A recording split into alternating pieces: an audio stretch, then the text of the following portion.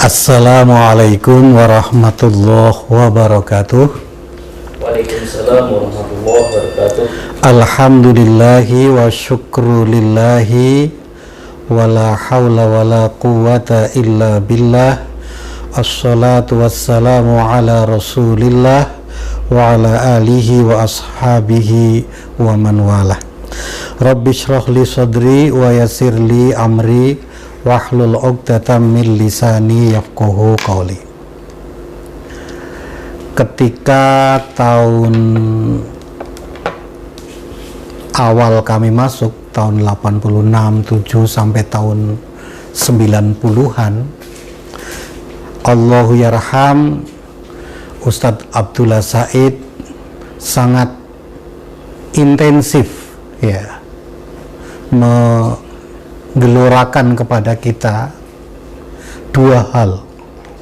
Yang pertama sistematika wahyu, yang kedua wahyu sistem. Ini dikemukakan terus begitu ya. Dan setelah kami renungi, memang dua hal ini tidak bisa tidak bisa dipisahkan. Jadi sistematika wahyu itu merupakan pijakan konsep, sementara wahyu sistem ini merupakan pijakan operasi. Jadi dalam ayat-ayat yang turun awal itu adalah berbentuk perintah. Misalnya Iqra, bacalah bismi rabbika, dengan nama Tuhanmu. Iqra wa rabbukal akram, bacalah, hanya Allah yang paling mulia. Ketika pemahaman sampai pada tingkat memahami bahwa Allah yang paling mulia, maka Allah memberikan tuntunan, Allah memberikan wahyu. Wujudnya apa? Allazi 'allama bil qalam 'allamal insana ma lam ya'lam. Allah memberi pelajaran kepada manusia apa yang mereka belum ketahui. Jadi dengan Iqra, dengan usaha, maka Allah akan memberikan wahyu. Jadi Iqra bismi rabbika itu adalah merupakan sistematika wahyu, sistem perintah luar biasa, dan itu akan mengantar kepada perkenan Allah untuk memberikan ajarannya, wahyu sistem. Begitupun dalam surah Al-Qalam misalnya, di situ ma anta binikmati rabbika bimajnun, kau tidak akan gila ketika tetap mengikuti ajaran Allah, nikmat Allah. Jadi nikmat paling tinggi kan ajaran ya.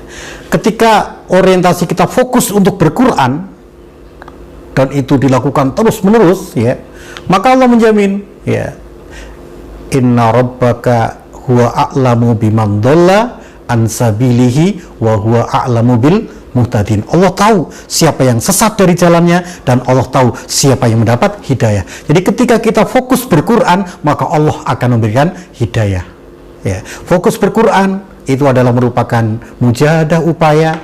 Adapun ketika Allah berikan hidayah, itu adalah bentuk wahyu Allah, wahyu sistem ya. Barangkali seperti itu. Begitupun ketika misalnya Al-Muzammil, ketika kita melaksanakan kumilail ya, sholat tahajud, waratil Quran, membaca Quran, maka Allah juga akan memberikan wahyu, ilham. Wujudnya apa? Inna sanulqi alaika qaulan sakila. Allah akan memberikan qaulan sakila. Begitulah ya. Jadi dua hal ini yang ingin kami jelaskan. Yang pertama adalah sistematika wahyu. Oke, kita mulai dari yang pertama, sistematika wahyu yang akan mengantar kepada wahyu sistem ya. Mujahadah mengantar pada hidayah, begitu. Dalam pengantar kami akan kemukakan tentang kebenaran dan bagaimana mensikapinya ya. Al-Quran adalah kebenaran. Al-Quran, ya, dia adalah al-haq, kebenaran.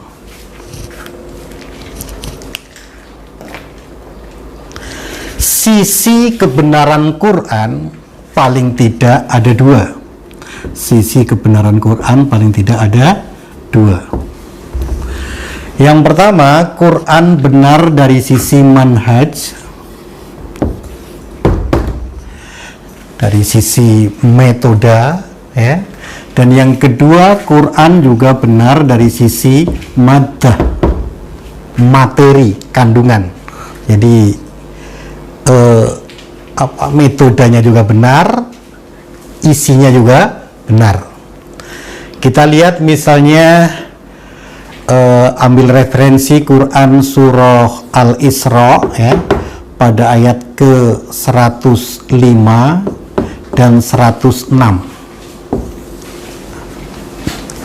Allah berfirman, A'udzubillahi minasyaitonirrajim, Bismillahirrahmanirrahim, wa bil haqqi anzalnahu wa bil haqqi nazala.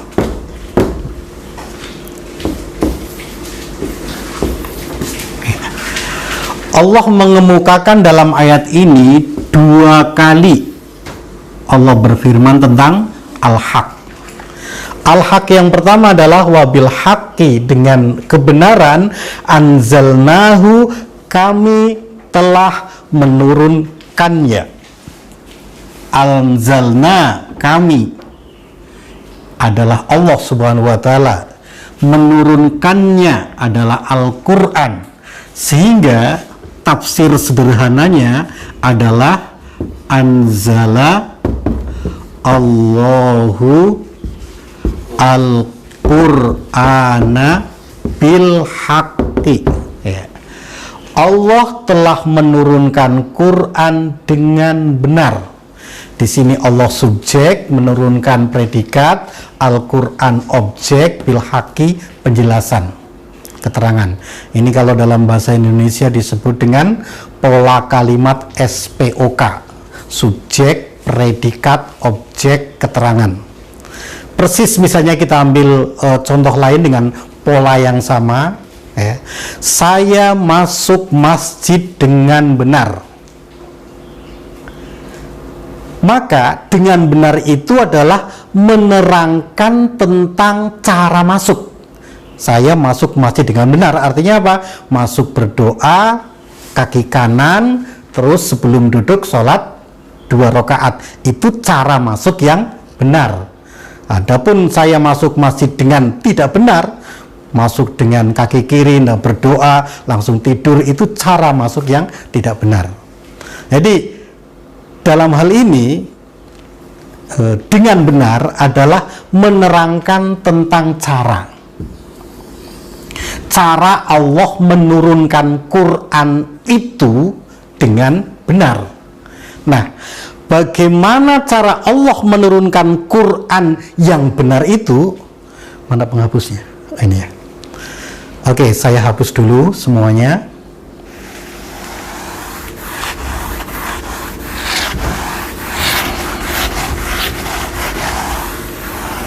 Bagaimana cara Allah menurunkan Quran dengan benar itu diterangkan pada ayat 106. Di sini Allah menjelaskan wa Qur'anan faraqnahu litaqra'ahu 'alan nasi ala muksin wa nazzalnahu tanzila, ya. Wa Qur'anan, Quran itu faraqnahu, kami menurunkan berangsur-angsur, terpisah-pisah, ya, sedikit demi sedikit. Jadi faraqnahu, cara Allah menurunkan dengan berangsur-angsur itu adalah cara turun yang benar, ya. Jadi cara Allah menurunkan Quran dengan benar adalah faroknahu, tidak sekaligus melainkan sedikit demi sedikit. Apa gunanya? Apa urgensinya? Ini diterangkan dalam lanjutan ayat, litaqra'ahu, agar kamu Muhammad membacakan Quran itu alan nasi, kepada umat manusia. Nabi membacakan Quran kepada umat manusia ini disebut dengan dakwah, tabligh, taklim, gitu. Memperjuangkan Quran, terserah apapun namanya. Jadi membacakan Quran kepada manusia, ya, ini adalah dakwah, ini adalah tabligh. Dengan cara apa? Dengan cara faroknahu, mengikuti Quran yang turun secara berangsur-angsur. Atau dengan demikian, turunnya Quran secara berangsur-angsur adalah merupakan manhaj dari Allah yang harus dipraktekkan oleh Nabi Muhammad SAW ketika menjelaskan Quran kepada semua umat manusia. Ya, ini yang oleh Hidayatullah disebut dengan sistematika wahyu. Jadi memanfaatkan, menggunakan atau berpijak terhadap urutan turunnya wahyu sebagai metode mempraktekkan Islam, ya, mendakwahkan Islam, itu bukan merupakan metode baru, bukan merupakan buatan, tapi ini semata-mata menemukan, semata-mata berusaha mempelajari, ya, tentang kebenaran Quran. Setelah itu kita coba mempraktekkan. Nah, begitu. Insya Allah ini bukan merupakan hal yang merupakan bid'ah dolalah finar. Nah, bukan, ya. Karena kita hanya mempraktekkan. Bahkan Nabi Muhammad sendiri bukan dia yang punya manhaj. Ini adalah manhaj dari Allah. Nabi hanya bertugas litaqra'ahu ala nasi ala muksin. Bahkan dalam tafsir dikatakan ala muksin diartikan secara berangsur-angsur. Walau secara makna etimologi, yaitu apa namanya, arti dasar bahasa, muksin itu kan akar katanya makasa, yamkusu, yang arti dasarnya adalah berdomisili, bertempat tinggal. Ana amkusu fi Balikpapan, saya bertempat tinggal di Balikpapan. Jadi dari makna kata ini tersirat sebuah pengertian yang dasar, ya. Ketika kamu Muhammad menjelaskan Quran kepada manusia, umat manusia secara berangsur-angsur, nantinya Quran itu bisa muksin, bisa bertempat tinggal, bisa mendarah daging, bisa meresap ke dalam jiwa umat manusia. Nah, kita rasakan makna ini, ya. Kalau muksin, Quran bisa muksin, Quran bisa berdomisili. Persyaratannya apa? Faroknahu, Quran diterangkan sesuai dengan urutan yang Allah turunkan tadi. Luar biasa. Lalu di akhir ayat dahsyat sekali, Allah memberikan penjelasan, wa nazzalnahu tanzila. Nah, kalau kita melihat bahasa Arab nahwu, tanzila ini namanya maf'ulun mutlak. Maf'ul mutlak adalah isim masdar mansub yang diderivasi dari fiilnya. Nazzalna tanzila. Salah satu makna atau fungsi dari maf'ul mutlak itu adalah lit takkid, untuk memberikan stressing, memberikan penguatan. Memang dalam bahasa Indonesia agak kesulitan kita menerjemahkan, karena ini merupakan rasa bahasa, ya. Tapi saya akan coba terjemahkan dengan bahasa Bugis misalnya. Dia katakan, awas kupukul memang. Nah, ini kan rasa bahasa. Kupukul memang itu adalah maf'ul mutlak, menerangkan benar-benar, tidak main-main. Ya. Wa nazzalnahu, aku turunkan Quran secara berangsur-angsur agar kau jadikan cara untuk mengajarkan Quran kepada umat manusia, agar Quran bisa mendarah daging dalam diri mereka, tidak main-main. Itu merupakan sebuah keniscayaan. Kira-kira begitu rasa bahasanya. Rasa bahasa maf'ul mutlak. Ya. Bahkan kalau kita lihat ayat lain, fungsi dari Quran diturunkan berangsur-angsur sebagai manhaj itu mempunyai dua sasaran. Tuh.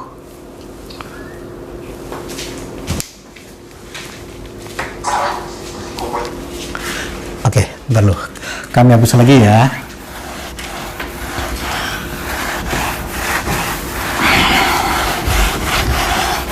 Pelan-pelan aja ini.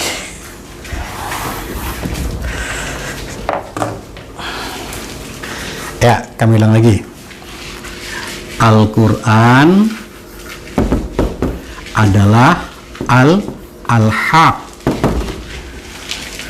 Quran adalah benar. Sisi kebenaran Quran ada dua. Sisi manhaj. Nah, Quran sebagai metode itu ya mempunyai dua sasaran. Tadi dikatakan urutan turunnya wahyu turun secara berangsur-angsur, itu metodenya merupakan sebuah kebenaran. Itu mempunyai dua sasaran. Katakanlah sasaran pertama adalah sasaran internal.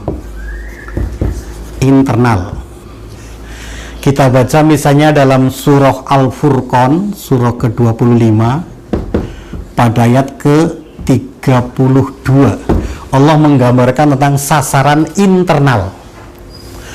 Wa qala alladzina kafaru laula nuzila alaihil qur'anu jumlatan wahidah. Orang kafir mengatakan, mengapa Quran tidak turun sekaligus? Kenapa harus berangsur-angsur? Apa urgensinya? Allah katakan, kadzalika linusabbita, untuk kami memantapkan, ya, bihi, dengan Quran yang turun berangsur-angsur itu, fuadaka, jiwamu. Jadi sasaran pertama adalah sasaran internal. Sasaran kedua adalah sasaran eksternal. Sebagaimana dalam Quran surah Al-Isra ayat 106. Sasaran eksternal. Kenapa Quran turun berangsur-angsur? Wa Qur'anan faraqnahu, ya. Sasaran kedua adalah apa? Litaqra'ahu 'alan nas, agar kamu menerangkan Quran itu kepada manusia. Ya. Jadi Quran kau terangkan kepada manusia berangsur-angsur, ya, Quran mendarah daging, meresap pada jiwa mereka. Begitupun Quran turun berangsur-angsur adalah dalam rangka memantapkan jiwamu. Ya. Jadi ini sudah merupakan jaminan dari Allah. Kalau kaum Muhammad menjelaskan Quran kepada manusia sesuai apa yang kami turunkan, maka dua hal akan didapatkan. Jiwamu mantap, umat manusia juga mantap. Ya. Oke. Terakhir barangkali tentang betapa urutan kerja sebenarnya adalah merupakan rumus keniscayaan yang berlaku secara universal. Kami ulang lagi, ya. Urutan kerja adalah merupakan rumus universal yang berlaku secara rumus keniscayaan yang berlaku secara universal. Kita ambil satu kasus. Saya punya kakak di Solo waktu itu, punya anak, kakak ipar saya punya anak kedua waktu itu usianya sekitar 1,5 tahun, lancar lari-lari. Pagi-pagi seperti ini, oleh sang pembantu mau dimandikan dengan air hangat. Sang pembantu itu menyiapkan bokor, lalu air panas ditaruh di bokor itu. Setelah itu dia pergi ambil air dingin. Si anak tadi yang bernama Huda masuk ke dalam bokor yang ada air panasnya. Apa yang terjadi? Mati. Mati betul. Sampai sekarang udah hidup. Pertanyaan, kenapa mati? Kan begitu ya? Kenapa mati? Ya mungkin kalau bahasa kita katakan takdir, oke lah takdir. Takdirnya mati waktu kecil, takdirnya mati di air panas, boleh lah. Tapi yang ingin kami katakan adalah urutan kerja. Kesalahan urutan kerja pembantu mengakibatkan fatal, luar biasa. Bayangkan, andai kata sang pembantu siapkan bokor, lalu kasih air dingin dulu, gitu. Setelah itu ambil air panas, meskipun lagi mau ngambil air panas, Huda masuk, tidak akan mati karena airnya dingin, kan begitu. Tetapi karena salah urutan, siapkan bokor, kasih air panas, baru ambil air dingin, Huda masuk, ya sudah, mati. Artinya, kami ulang lagi, urutan kerja adalah rumus keniscayaan yang berlaku secara universal, bukan hanya tentang Quran saja. Oke, misalnya dalam Quran mengatakan begini, ketika Rasul dan para sahabatnya berquran, Allah menggambarkan, innallaha yuhibbul ladzina yuqatiluna fi sabilihi soffan ka'annahum bunyanun marsus, bahwa Allah mencintai orang yang berperang di jalannya dengan soft, seperti bangunan yang kokoh. Jadi bangunan soft dalam Islam itu Allah menyamakan dengan bunyan, bangunan. Jadi berquran untuk membentuk masyarakat nanti yang sofan, gitu, yang dicintai oleh Allah Subhanahu wa taala, itu seperti bunyan, seperti membangun bangunan. Nah, otomatis kalau membangun bangunan pasti ada urutan kerja dan metodenya, kan begitu. Minimal kita melihat masjid, bangunan ini masjid, mesti yang dibangun adalah fondasinya dulu, setelah itu baru tiangnya, setelah itu baru atapnya. Minimal 3 hal itu. Tidak bisa membangun tiang dulu, setelah itu kasih atap, kok mau roboh baru digali fondasi, hancur sekalian. Itu artinya bahwa, kami bilang lagi, urutan kerja merupakan rumus keberhasilan secara universal. Nah, begitu ya. Oke lah, kita lihat yang lain lagi misalnya. Kita pernah wudhu, dan kita tahu berapa rukun wudhu. Nah, kita lihat dalam rukun wudhu ada 2 hal. Yang pertama, jenis kerja, jenis pekerjaan. Yang kedua, urutan kerja. Ya. Ini dalam wudhu ada jenis pekerjaan seperti apa? Basuh kaki, basuh tangan, kepala, basuh muka. Ini jenis pekerjaan. Tapi jenis pekerjaan itu kalau dilaksanakan tidak sesuai dengan urutan, maka wudhunya menjadi tidak sah. Ya. Maka dalam hal wudhu ada yang disebut dengan tertib. Jadi niat, basuh muka, basuh tangan, terus apa lagi? Kepala, kaki, yang terakhir tertib.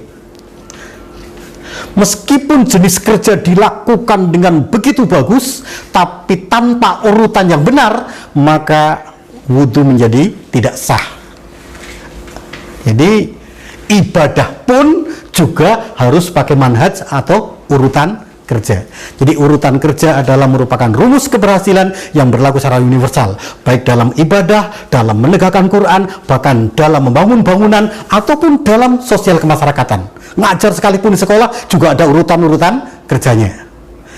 Barangkali untuk sistematika wahyu pengantarnya ini dulu, gitu. Sudah berapa menit? Cukup barangkali ya? 6 menit lagi, Ustaz. Oke, barangkali cukup. Nanti kita lanjut materi berikutnya. Gitu. Oke, dari kami cukup sekian. Assalamualaikum warahmatullahi wabarakatuh.